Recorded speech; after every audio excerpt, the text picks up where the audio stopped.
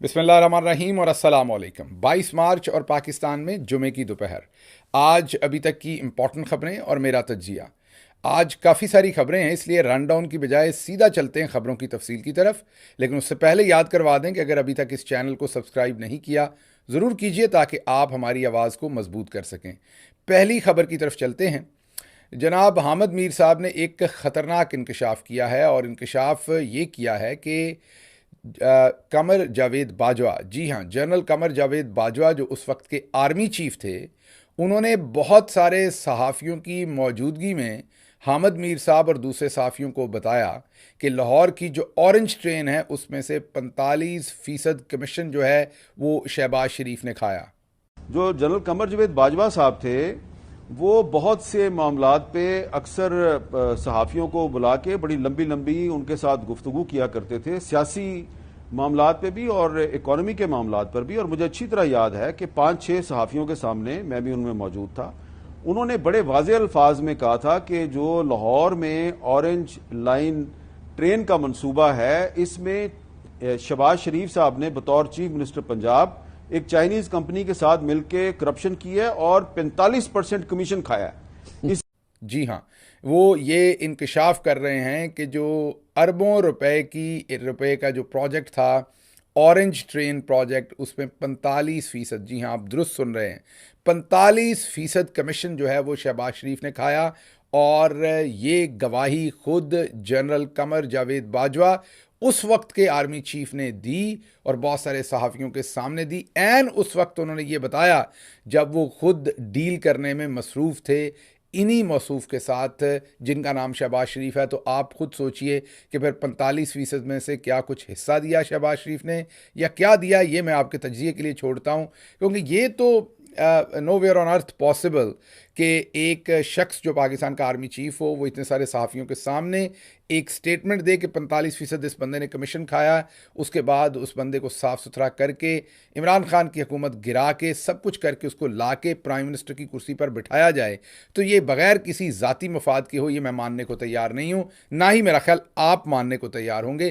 तो फिर ये जो लूटी हुई दौलत थी इससे हिस्सा वसूल किया गया या क्या किया गया, ये मैं आपके एनालिसिस के लिए छोड़ता हूं। लेकिन ये बात तय है कि ये बहुत सारे सहाफ़ियों की मौजूदगी में, और ये सिर्फ एक प्रोजेक्ट की हम बात कर रहे हैं, और भी मनी लॉन्ड्रिंग पे भी वो इन्हीं सहाफ़ियों को बहुत कुछ बता चुके हैं कि शहबाज शरीफ और उनके बेटों ने किस बेलेटेंट तरीके से मनी लॉन्ड्रिंग की, कितने सबूत हैं, और अब वो ओपन एंड शट केसेस में फंसे हैं, किसी सूरत छूट नहीं सकते। ये है पाकिस्तान का अलमिया, ये है पाकिस्तान का डायलेमा। जब हम थोड़ा सा आगे बढ़ने लगते हैं इसी तरीके से डीलें कर ली जाती हैं, चोरों को माफ़ कर दिया जाता है, और चौधरी निज़ामुद्दीन जो है वो एक नया सिस्टम इम्प्लीमेंट कर देता है, क्योंकि चौधरी निज़ामुद्दीन को भी करप्ट लोग चाहिए, कोई और नहीं चाहिए। और जो करप्ट होंगे उनको बार बार वो साफ़ करके बिठाएंगे, क्योंकि वो रिमोट कंट्रोल से कंट्रोल होते हैं, वो उनके कंट्रोल में रहते हैं, इसलिए करप्ट बंदे को ही वहाँ बिठाना जो है वो उनके फ़ायदे की भी बात है। अच्छा जी, अगली खबर जो आपके सामने रखनी है वो आप भी हैरान हो जाएंगे। जो पंजाब हुकूमत है और जो जेल खाना जात का डिपार्टमेंट है, उनके दादो शुमार के मुताबिक इमरान खान तकरीबन 35 लाख रुपए का खाना खा गए। जी हाँ, अकेले इमरान खान 35 लाख रुपए का खाना खा गए। अच्छा, यहाँ इम्पॉर्टेंट बात यह है कि ये सारे पैसे इमरान खान के घर वालों को देने पड़ने हैं। जी हाँ, क्योंकि जो जेल के अंदर मेन्यू जमा करवाया गया था वो हम आपको दिखा रहे हैं स्क्रीन पे। उसमें रोटी, दाल और चावल, अंडा, ब्रेड, इसके अलावा और कोई चीज़ नहीं है। अगर आप पूरा मेन्यू देखें, और उसमें एक लाइन लिखी हुई है कि कभी कभी मुर्ग बनाकर भी देते हैं, मीन चिकन बनाकर देते हैं। और आप अब देख सकते हैं कि जो 35 लाख का बिल पंजाब हुकूमत ने बनाया है, जो इमरान खान के घर वालों को देना पड़ना है जो पैसा, उसके मुताबिक अब इमरान खान रोज़ाना 20,000 रुपये का, जी हाँ, 20,000 रुपये का इमरान खान रोज़ाना खाना खा जाते हैं। इमरान खान का एक खाना जो है वो 7 से 8,000 रुपये में इमरान खान साहब की फैमिली को पड़ रहा है। ये आप खुद सोच सकते हैं कि कितनी बड़ी करप्शन इमरान खान के ख़ानदान के साथ अब की जा रही है। इमरान खान तो इतने पैसे नहीं खाएंगे ना, अंदर एक शख्स कोई भी होगा वो कितने का खाना खा लेगा, लेकिन अब ये सारी दो नंबरी करके इमरान खान के ख़ानदान से पैसे हथियाए जा रहे हैं। और उनको बताया जा रहा है कि इतने पैसे लग गए, और जानबूझ के एक तो इसमें करप्शन होगी और उसके साथ साथ एक तो करप्शन होगी और उसके साथ साथ एक इन्फ्लेटेड अदाद-ओ-शुमार बनाकर भी मीडिया गिमिक्स करने के लिए ये नए अदाद-ओ-शुमार जारी किए गए हैं। आपके लिए भी हैरानी की बात होगी, लेकिन इस मुल्क है कि इसमें मुनाफ़क़त और झूठ की कोई ना इंतहा है ना कोई रुकावट है। इसी से अगली आपके सामने खबर रखते हैं मुनाफ़क़त और झूठ से। किसी ने सोशल मीडिया के ऊपर एक वीडियो शेयर की जिसमें दिखाया कि पुराने टायर के ऊपर, जो टायर के ऊपर गुड्डी होती है, जो जो उसके ऊपर जिससे पता चलता है टायर कितना नया है, उसको घिसे हुए टायर के ऊपर वो दोबारा से गुड्डी बना रहा है कोई टायर फरोश जो है, जो कि एक बहुत ख़तरनाक बात है, इसमें कोई शक नहीं। क्योंकि घिसा हुआ टायर जो है, जो जिसकी उम्र पूरी हो चुकी, वो टायर पे अगर आप नई तरह से गुड्डी बनाकर उसको नया करके या बेहतर करके पेश करें तो तेज़ रफ्तारी पे जब वो फटेगा तो लोगों की जान जाएगी। तो इसमें कोई शक नहीं, वो गलत चीज़ है। ऐसा टायर हरगिज़ मत डलवाइए पहली बात, और ऐसा काम हरगिज़ मत कीजिए, ये आप लोगों की ज़िंदगी से खेल रहे हैं। बहरहाल वो टायर वाले की वो जो वीडियो है वो किसी ने ट्वीट की और उस पर लिखा कि 2 नंबरी की इंतहा है, और उसके ऊपर ख्वाजा आसिफ साहब की एडोसिटी देखें, बेशर्मी देखें, उनके हालात देखें कि वो कह रहे हैं कि पाक सरजमीन शादबाद, मतलब कि उस 2 नंबरी का मजाक उड़ा रहे हैं, ये भूलते हुए कि अपनी 2 नंबरी ये थी कि रिहाना डार साहबा ने इन्हें बहुत बड़ी लीड से हराया सियालकोट के अंदर फॉर्म 45 के ऊपर, ख़ुद जाली फॉर्म 47 के ऊपर जीत कर आए। तो ये पाकिस्तानी इशराफिया का माइंडसेट है। साइकिल चोर पकड़ा जाए तो उसको चोर नहीं कहना, उसको चोर कहना है और उसको बेइज्जत करना है। उसके बारे में इस तरह की, जैसे ये टायर वाला, बिल्कुल ये 2 नंबरी हो रही है, लेकिन अब ये सोचिए वो टायर वाला किस लेवल पे नीचे 2 नंबरी कर रहा है, लेकिन उसके साथ ज़रा ख्वाजा साहब की 2 नंबरी चेक कीजिए। लेकिन अलीट जो है उनको अपने, वो भले 45% कमीशन खा जाएं, जो अरबों रुपए की ट्रेन है उसके अंदर 100 अरबों रुपए की, ऐसा भी नहीं कि कोई 2 4 10 20 अरब, मन सैकड़ों में जिसमें अरबों रुपए लगे हुए हैं, और उसमें वो 45% कमीशन खा जाएं, तो वो चोर नहीं है, लेकिन साइकिल चोरी करने वाला चोर है। ये हमारी इशराफिया की का माइंडसेट भी है, और ये हमारी इशराफिया की बेशर्मी भी है, जिसका ओपन मुजाहरा ख्वाजा आसिफ कर रहे हैं। हालांकि मुंह बंद रखते तो अपनी बेइज्जती कम करवाते, ये इन्होंने अपनी इंसल्ट खुद करवाई है। अच्छा जी, अगली खबर आपके सामने रखनी है। जो परवेज़ इलाही साहब का मेडिकल सर्टिफिकेट अदालत में पेश किया गया, वो बड़ा ख़तरनाक है। उसमें परवेज़ इलाही साहब की 4 पसलियाँ टूटी हैं, उनके सीने के ऊपर बहुत सोजिश है, उनके घुटने पे सोजिश है, उनके चेहरे पे सोजिश है। ये अब सवालात पैदा हो रहे हैं कि क्या उनके ऊपर तशद्दुद किया गया, मतलब उन्हें जानबूझ के गिराया गया, किसी ऊंची जगह से गिराया गया, क्यों इतने फ्रैक्चर हैं उनकी बॉडी के अंदर।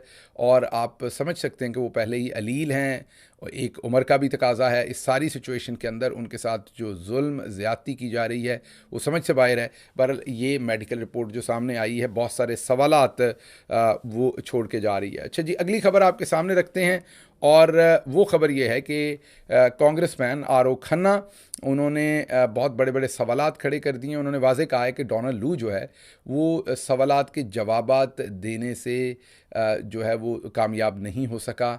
उसने किसी सवालात के जवाब नहीं दिए सही तरीके से, मुतमईन करने से वो कासर रहा। जो धांधली हुई उसके ऊपर भी वो वाज़े बयान नहीं दे सका। लेकिन उसके साथ साथ अगर डोनाल्ड लू का बयान देखें, जिसमें उन्होंने एक बात ये कही जो कि बहुत मानी अंगेज़ है, वो खबर उन्होंने ये कही कि जहाँ जहाँ मसाइल हैं वहाँ दोबारा इलेक्शन करवाए जाएँ। मसाइल तो 90 सीटें कौमी असम्बली की हैं, 200 सीटें पंजाब असम्बली की हैं, और फिर बलूचिस्तान और कराची की भी हैं। तो आप ख़ुद सोचिए कि फिर क्या बनेगा अगर ये दोबारा इलेक्शन होते हैं। इवन अगर हम बात करें जो डोनाल्ड लू का मौक़िफ़ है, सिर्फ उसी की बात अगर करें तो। अच्छा जी, लाहौर के अंदर एक बच्चियों को हेलमेट और दूसरे मोटरसाइकिल के ऊपर चीज़ें पहनने की तकरीब मरियम साहबा ने सजाई, जिसमें उनको तोहफे के तौर पर ये चीज़ें मरियम साहबा दे रही थी। एक किसी गरीब की बच्ची जो गुजरांवाला की रहने वाली है, मुंह पर मास्क लगाए मेहनत मजदूरी करती है, बाइकिया या किसी और मोटरसाइकिल ऐप के ऊपर अपनी मजदूरी करती है, फूड डिलीवर करती है, कुछ और। उससे भी सोचा होगा ये चीज़ मिल रही है, वो भी लाइन में लग गई लेने के लिए। अब उसने मास्क लगाया हुआ है वह कैमरे में नहीं आना चाहती, अपनी आइडेंटिटी नहीं देना चाहती। और ये जो मेरी बाजी पहलवानों की थी है, ये कंधे से उस बच्ची को ज़बरदस्ती पकड़ के खींच के सामने कर रही है और कह रही हैं कि ये ज़रा सीधी हो ना, कैमरे के सामने आके बात कर। तो ज़बरदस्ती उसको कैमरे के सामने बात करवा रही हैं, ना उसकी प्राइवेसी का ख्याल रख रही हैं। तो हमारी बाजी को कैमरा, एक्शन, गो, लाइट्स, ये सब कुछ चाहिए। उनको किसी की प्राइवेसी से, किसी बच्ची के ऊपर उससे क्या गुजरती है, माँ बाप पे क्या गुजरती है, और ये भी पूछ रही रहती कहाँ हो फला। मैंने उसकी प्राइवेसी भी मुकम्मल जो है, कहाँ की रहने वाली हो, पीछे से अब कहाँ रहती हो, क्या काम करती हो, मुकम्मल प्राइवेसी जो है उसकी वो चाहती हैं कि तबाह हो और पूरी दुनिया को पता चले कि वो कौन है। इसी से जुड़ी दूसरी खबर है कि बाजी हमारी ने इमरान खान के बिलियन ट्री सुनामी का बहुत दफ़ा मजाक उड़ाया था। अब ख़ुद उसी बिलियन ट्री सुनामी में दरख्त लगाते नज़र आई हैं। लेकिन इंटरेस्टिंग बात यह है कि बाजी को बचपन में लगाया होगा ना अब्बा के साथ ट्री, उसी चक्कर में आज तक फंसी हुई। चुटकियों के साथ मट्टी डालती हुई बाजी उसमें नज़र आई हैं। और बाजी को ये नहीं पता कि वो दरख्त एक सेरेमोनियल होता है, वो माली ने सब कुछ करना है। आपने एक दो पहले जो हिस्से हैं मट्टी के वो डालने हैं, उसके बाद वो खुद ही उसको सेट कर लेंगे, क्योंकि प्रोफेशनली उन्होंने उसे लगाना होता है ताकि वो पौधा चले। लेकिन बाजी क्योंकि खेल रही हैं तो पास बैठे चुटकियों से मट्टी डालने। लेकिन असल ये खबर ये है कि जिस चीज़ पर बाजी ने इमरान खान के ऊपर तनकीद किया, अब हर वो चीज़ जो है वो कॉपी करते हुए करने की कोशिश कर रही हैं। वो फवाद हसन फवाद हैं, अताउल हक कासमी हैं, इसहाक डार हैं, परवेज़ रशीद हैं, इन सब को क्लीन चिट मिली है। सिर्फ नवाज शरीफ, उनके बेटे मरियम, शहबाज शरीफ, ख्वाजा आसिफ, राना सनाउल्लाह, जावेद लतीफ़, सिर्फ ये बड़े बड़े नाम नहीं जिन्होंने इस बहती गंगा से हाथ धोए, ख्वाजा साद रफ़ीक, बल्कि अब आप देखें तो अताउल हक कासमी, इसहाक डार, परवेज़ रशीद और फवाद हसन फवाद, सब के लिए क्लीन चिट है। अताउल हक कासमी शायद 18 करोड़ रुपए ऑर्डर था कोर्ट का कि उनसे पैसा वसूल किया जाए वापस, जो उन्होंने बुलंद फशार खून और इस तरह की दूसरी अद्वियात सरकारी खाते में ली थी और PTV का नुकसान किया था, वो भी फैसला जो है वो वापस कर दिया। तो चौधरी निज़ामुद्दीन ड्राई क्लीन की जो सर्विस है वो धड़ाधड़ जारी है और सबको ड्राई क्लीन करके सबके सब गुनाह माफ़ किए जा रहे हैं। और ऐसे ही तो फिर शहबाज शरीफ साहब को चूज़ नहीं किया जाता। यही मसला था कि आप रिमोट कंट्रोल से आप और आपके सारे साथी कंट्रोल होंगे और फिर आपको सब कुछ आपका जो है वो धो दिया जाएगा, ख़त्म कर दिया जाएगा। फिर जी पंजाब असम्बली के अंदर बहुत सख्त नारेबाजी हुई है और वहाँ पर चोर चोर के नारे लगे हैं। इमरान खान की तस्वीर भी पंजाब असम्बली के अंदर रखी गई है और बजट अजलास, जो मिनी बजट आवाम के लिए एक नई मुसीबत है, जो वो जेवर के डब्बे में लाकर मरियम साहबा को बेवकूफ़ बनाने के लिए दिया गया था, याद कीजिए। अब उसी मिनी बजट में से हुकूमत खुद, जी हाँ, इतनी तो अक्लमंद है ये बाजी मरियम की हुकूमत के, हुकूमत वॉकआउट कर गई क्योंकि अपोजिशन नारे लगा रही थी। अभी पंजाब असम्बली में बहुत नरम काम रखा हुआ है पाकिस्तान तहरीक इंसाफ ने। मैं बार बार कहता हूँ कि जो अवाम की तवक्कुआत हैं पंजाब असम्बली के मेंबरान से, जो इमरान खान की तवक्कुआत हैं, उन पर अभी तक मुझे वो पूरे उतरते हुए माजरत के साथ नज़र नहीं आ रहे। अभी तक बहुत ही धीमा, बहुत ही सॉफ्ट उन्होंने अपना बिहेवियर वहाँ पर रखा हुआ है। उसके बावजूद आप देखिए, अगर वो वाकई वहाँ पर दुरुस्त तरीके से एहतजाज करें तो क्या बने। अभी तो कोई बहुत इफ़ेक्टिव एहतजाज नहीं है, तो ये मामलात बने हुए हैं। लेकिन अगर वो वाकई जैसे अवाम चाहती है वैसा एहतजाज करें तो सोचिए फिर वहाँ पर क्या बनेगा। अच्छा जी, 10 माह बाद, 11 माह बाद 9 मई के वाक़यात में, जी हाँ, 10 माह के बाद 9 मई के वाक़यात में एक ख़ातून कुरातुल-लैन अपनी वालदा के साथ उम्रे पर जा रही थी। उनको कभी किसी ने नहीं पकड़ा, उनके घर किसी ने राब्ता नहीं किया, कुछ नहीं कहा। जब वो जाने लगी अपनी वालदा के साथ तो उनको पकड़ लिया कि जी आप तो 10 महीने पहले 9 मई में मतलूब थी। इन 10 महीनों में वो अपने घर पर रही हैं, अपना ज़िंदगी नॉर्मल गुजारती रहीं। किसी ने उनको इन्फॉर्म नहीं किया कि आपका नाम इसमें है। एयरपोर्ट से ऐसा लग रहा है मर्ज़ी से जिसकी बेटी दिल करता है उठा लेते हैं एयरपोर्ट से। माज़रत के साथ जो बहन बेटी अच्छी लग गई किसी की, उसको पकड़ लो एयरपोर्ट से और उसको 9 मई में डाल दो। मुझे तो ये लग रहा है कि किसी के शौक़ की इंतहा जो इस टाइम वहाँ पर पकड़ने वाले हैं उनकी ये हो गई है कि जो बहन बेटी वहाँ एयरपोर्ट के ऊपर नज़र आई और जो अच्छी लगी उसको 9 मई के अंदर डाल दो 10 महीने के बाद। ये कोई मंतक आपके समझ में आती है कि उसके लिए ना कहीं छापे मारे गए, ना पूछा गया। अब वो बच्ची कुरातुलैन जो है वो अपनी माँ के साथ उम्रे पर जा रही है रमज़ान में, तो एयरपोर्ट पहुंची तो उसे पता चला वो भी 9वें में शामिल, और वो वहाँ कुरान पर कस्में देती रही कि मैं कभी किसी प्रोटेस्ट में नहीं गई, लेकिन उसे उठाकर थाने ले गए और उसको गिरफ़्तार कर लिया गया। ये तो हालात बने हुए हैं, मतलब दीदा दलेरी है, कोई कानून से रिलेटेड कोई बात जो है वो रह नहीं गई। अच्छा जी, आज का पंजाबी वीलॉग बड़ा इंटरेस्टिंग है। आज का पंजाबी वीलॉग जो है वो हमने कल मामा मुदा जी पे किया था, जो पाकिस्तानी कम्युनिटी जो अमेरिका में है उनको बुरा भला कहते रहे थे। आज का हमने मासी मुखो पर किया है। मासी मुखो कौन है और हर रोज़ क्यों पाकिस्तान तहरीक इंसाफ के बारे में एक बयानिया बनाने की कोशिश करती, क्या मजबूरी है मासी मुखो की, क्या एडिक्शन है बाजी मुखो को, क्या शौक़ है बाजी मुखो के, जिनकी वजह से मासी मुखो, बाजी कह दिया मैंने, मासी मुखो जो है वो ये सब कुछ कर रही है। इसके साथ भी कुछ और ख़बरें भी हैं जो हमने अपने गाँव के लोगों के लिए कॉम्प्लेक्स ख़बरों को सिंप्लीफाई करके हम आज के पंजाबी वीलॉग में शामिल कर रहे हैं, वो भी देखिए। मुझे इजाज़त दीजिए। अल्लाह आपका हामी और नासिर हो। पाकिस्तान जिंदाबाद।